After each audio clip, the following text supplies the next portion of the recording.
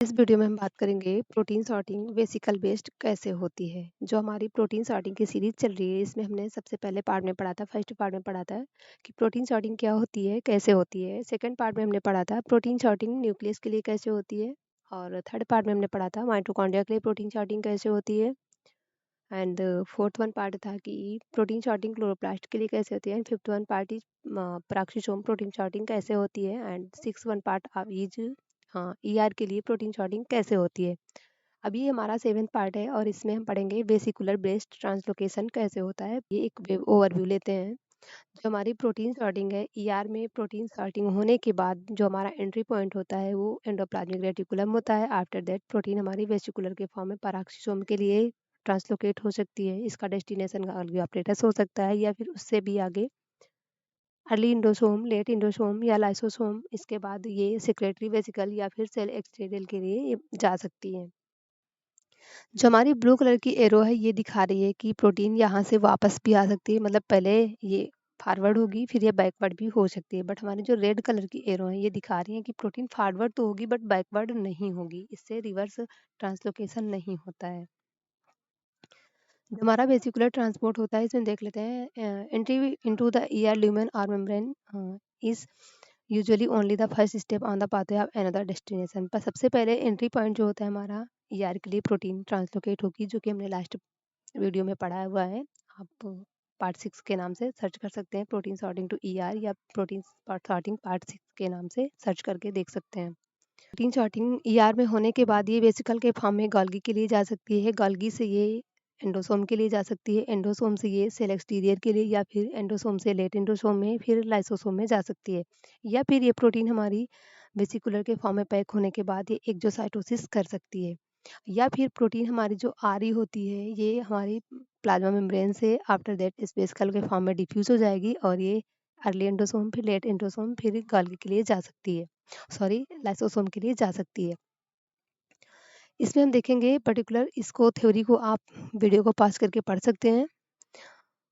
और हम देखेंगे जो हमारी a vesicle carrying cargo from the Golgi apparatus to plasma membrane. Vesicle जो कार्गो को कैरी करता है गाल्गी से प्लाज्मा मेम्ब्रेन के लिए, protein that are to stay in the Golgi apparatus and it must fuse only with the plasma membrane and not with any other organelle। वो सिर्फ plasma membrane से fuse करेगा, any other organelle की membrane से fuse नहीं करेगा। वो कैसे, उसमें कोई कोटिंग प्रोटीन लगी होती है जिनको कि जिनके रिसेप्टर जहाँ पे होंगे वहीं पे वो फ्यूज करेंगी। All of this recognition event depend on the protein displayed on the surface of the transport vesicles. इनकी जो प्रोटीन पे लगे होते हैं, जो हमारे सरफेस पे लगे होते हैं ट्रांसपोर्ट, तो उन पे डिपेंड करता है कि ये कहाँ फ्यूज करेंगी। Protein coat have at least two distinct functions. They act as the mechanical device that causes the membrane to curve and form a budding vesicle। दूसरा फंक्शन इनका होता है they provide a mechanism for the selecting the component to be carried by the vesicle. Selected component include, हम coating देख लेते हैं कि किन किन प्रोटीन की कोटिंग होती है, कि प्रोटीन कहाँ को डेस्टिनेट होगी, ये एंडोसोम के लिए जाएगी या फिर लाइसोसोम के लिए जाएगी या फिर हमारी प्रोटीन प्लाज्मा मेम्ब्रेन के लिए जाएगी या फिर गोल्गी के लिए जाएगी या गोल्गी से ईआर के लिए वापस आएगी, कैसे डिपेंड करता है देख लेते हैं। कॉप्टू कोटेड वेसिकल्स जो होते हैं ये ईआर से गोल्गी के लिए मूव करती हैं। ये प्रोटीन्स बैकवर्ड नहीं होती हैं, ये ओनली फॉरवर्ड होती हैं। ये प्रोटीन्स हमारी होती हैं, ये हम देख लेते हैं। देखो जो ब्राउन कलर में ये प्रोटीन दिखा रहे हैं ये कॉप्टू की प्रोटीन है, और ये प्रोटीन अगर ईआर की मेम्ब्रेन से एक बार डिफ्यूज हुई तो ये गोल्गी के लिए जाएंगी, इनके रिसेप्टर वहीं पे होते हैं। और दूसरा हमारा है कॉपर कोटेड वेसिकल्स। ये प्रोटीन्स हम देखते हैं move material into the retrograde direction return to ER from Golgi complex. ये रेट्रोग्रेड होता है, ये बैकवर्ड होती हैं, गोल्गी कॉम्प्लेक्स से ईआर के लिए आती है। अगर कॉप2 की कोटिंग है तो ये ईआर से गोल्गी के लिए जाएगी, अगर कॉप1 की कोटिंग है तो ये गोल्गी से ईआर के लिए आएगी। जैसे कि हम यहाँ देख रहे हैं ईआर की मेम्ब्रेन पे हमारी, देखो यहाँ पे एक वेसिकल फॉर्म हो रहा है और इस पे कॉप2 की कोटिंग हो चुकी है। इसका मतलब ये है कि प्रोटीन यहाँ से अगर ये बड यहाँ से डिफ्यूज हुई या यहाँ से वेसिकल डिफ्यूज हुई तो ये गोल्गी के लिए जाएगी, वहीं पे फ्यूज करेगी। और दूसरा हम देख लेते हैं इधर, दूसरी तरफ हम देख लेते हैं कॉपर की कोटिंग है जो हमारी वेसिकल ये वेसिकल यहाँ गोल्गी से डिफ्यूज़ करेगी और ये ईआर से फ्यूज़ करेगी। ये बैकवर्ड मूवमेंट होता है, ये बैकवर्ड फ्यूज़न होता है।